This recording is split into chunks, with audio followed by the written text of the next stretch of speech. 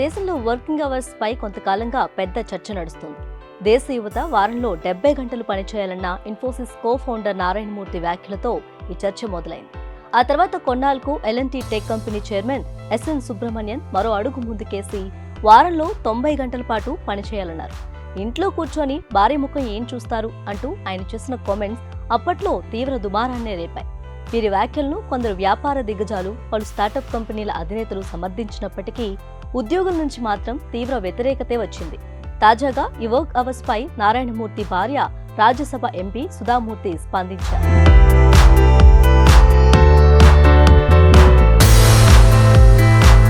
ప్రజలు ఏదైనా ఓ పనిని ఇష్టంతో, ఉత్సాహంగా చేయాలనుకుంటే దానికి టైం అనేది ఎప్పుడూ ఓ హద్దుగా మారదన్నారు సుధామూర్తి.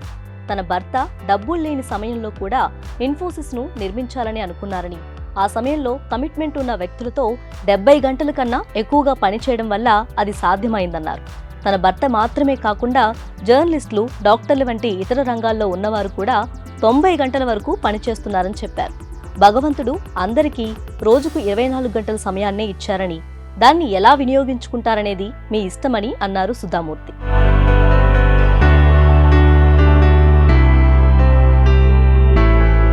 ఇక వ్యక్తిగత జీవితం గురించి మాట్లాడుతూ ఇన్ఫోసిస్ ను తన భర్త నారాయణమూర్తి చూసుకునేటప్పుడు తాను ఇంటి బాధ్యతను తీసుకుంటున్నట్లు చెప్పారు.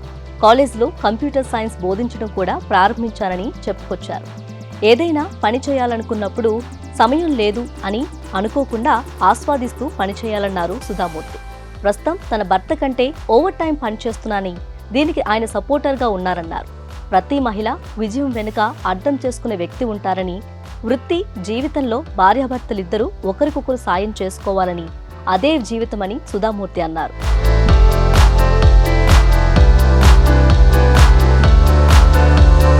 మొత్తానికి ఈ 70 గంటల పనిపై భిన్నాభిప్రాయాలు వచ్చినప్పటికీ నేటి యువత కోసం పని, వ్యక్తిగత జీవితం మధ్య సమతుల్యత అవసరమనే చర్చ ప్రారంభమైంది.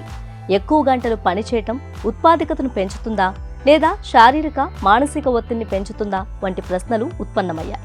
పని గంటలు పెంచటం సహజంగానే దేశ అభివృద్ధికి దోహదం చేస్తుందా లేదా, కొత్త తరానికి ఒత్తిడి తెస్తుందా వంటి అంశాలపై నిపుణులు, ఆర్థికవేత్తలు చర్చిస్తున్నారు. భారతదేశ అభివృద్ధికి యువత కృషి చేయటం అవసరం. సహజంగా వారి ఆరోగ్యం, కుటుంబ జీవితం, సామాజిక సంబంధాలు కూడా దెబ్బతినకుండా సమతుల్యమైన విధానం అనుసరించాలని కొందరు విశ్లేషకులు అభిప్రాయపడుతున్నారు.